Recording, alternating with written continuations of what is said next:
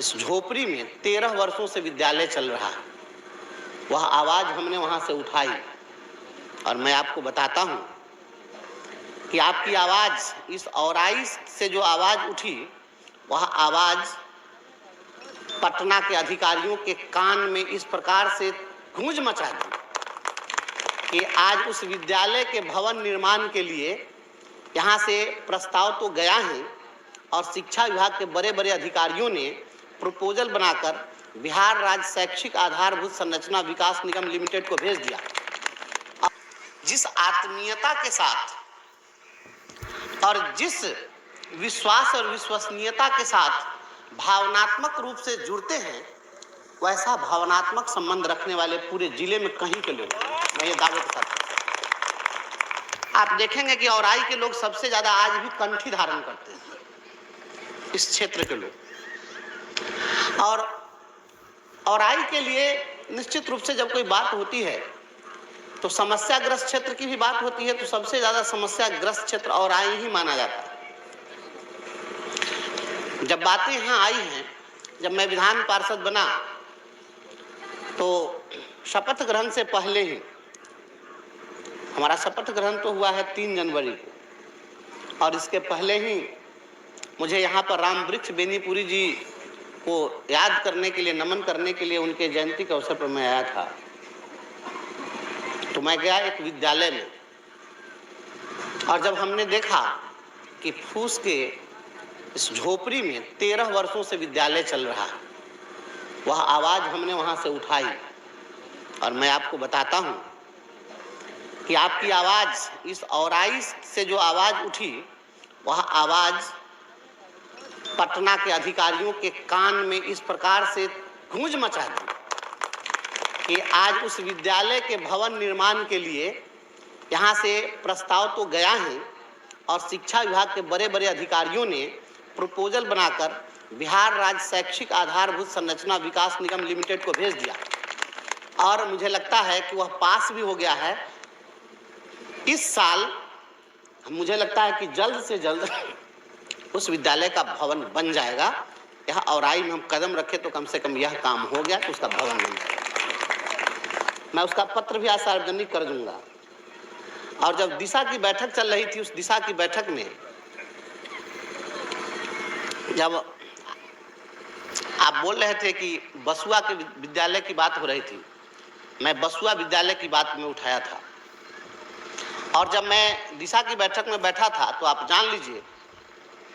कि जितने भी जनप्रतिनिधि थे, सभी की निगाह मेरे ही ऊपर रहती है कि यह क्या बोल रहा है, क्योंकि हम बिना लाग लपेट के बोलते हैं, हम बनावटी आदमी हैं नहीं, जो हकीकत है सो हकीकत है। तो आपकी आवाज बेनीपुर से उठी, उस आवाज को हमने उठाई, लेकिन जब अध्यक्षता कर रहे थे आपको जल शक्ति मंत्री, यहाँ का स्थानीय सांसद महोदय, उन्होंने उस बात से शुरू किया और कहा कि कितना दुखद है कि बेनीपुरी जी के गांव में झोपड़ी में स्कूल चल रहा है। तो मैंने कहा कि सांसद महोदय, माननीय मंत्री जी, आपको पता नहीं है कि ऐसा एक विद्यालय नहीं है, ऐसे सैकड़ों विद्यालय इस जिले में हैं जिसके पास बिल्डिंग नहीं है। और तब मैंने बसुआ का उदाहरण दिया और मैंने कहा कि 10 एकड़ जमीन है उसके पास में और उसके पास में एक बिल्डिंग नहीं है। गांधी के सपने को तो आप लोगों ने चकनाचूर करके रख दिया। क्या गांधी जी ने सोचा था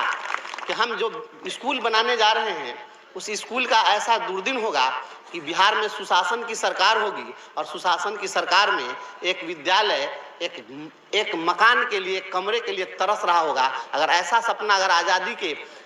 स्वतंत्रता सेनानियों ने अगर सोचा होता तो शायद देश के लिए फांसी के फंदे पर वो नहीं चढ़ते। लेकिन जब बात वहाँ पर उठी, हमने और भी विद्यालयों का उदाहरण दिया, तो यह तय हुआ है, जल्द ही प्रोसीडिंग उसकी आ जाएगी। तय हो गया है कि मुजफ्फरपुर जिले में जितने भी भवनहीन विद्यालय हैं उनका सर्वे करा के सभी के बिल्डिंग बनाने के लिए प्रस्ताव सरकार को भेजा जाएगा। और यह आवाज आपके औराई से उठी थी, यह सफलता की ओर है और यह होगा। चलिए, ऐसा होगा। हम शिक्षा के क्षेत्र में ही काम करेंगे। देखिए, मेरी तो आवाज पूर्णतः बैठी हुई थी, मैं तो भी कुछ बोल ले रहा हूँ, लगातार मुंह में लौंग रखा हूँ, स्नोफिलिया बढ़ जाता है तो मुझे परेशानी होती है। एक बात मैं बहुत विनम्रता से आप लोगों से कहना चाहता हूँ, यहाँ जितने लोग आज बैठे हुए हैं, आप स्वयं अपने से पूछिए, इस चुनाव के पहले आप लोगों को विश्वास था कि बंशीधर ब्रजवासी चुनाव जीत जाएगा? बहुत कम लोग जो शिक्षक थे उनको विश्वास था कि हमारे पास ये ताकत है, लेकिन शिक्षक के अतिरिक्त जो लोग थे उन लोगों को लगता था कि तो मास्टर सब तो जात पात में बट जाता है, तो जात पात में बट जाता है तो ये वोट क्या कहाँ देगा, कोई ठिकाना है, कोई चुनाव नहीं जीतेगा।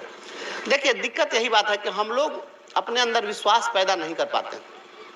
और आज जितने नौजवान हैं, हमारे एक साथी कोई चंपारण से आए हैं या केसरिया से कोई साथी थे, उन्होंने कहा है कि, और भी साथी लिखते, उन्होंने कहा कि अब जो लंगड़ा था वो भी चलने के लिए तैयार हो गया है, जो नहीं सुन रहा था सुनने के लिए तैयार है, जो नहीं बोल पा रहा था वो भी बोलने के लिए तैयार है। यकीन मानिए, बिहार में जो राजनीति हो रही है, जितने शीर्ष नेता हैं, अब इन लोगों के राजनीति के अवसान का समय आ गया है।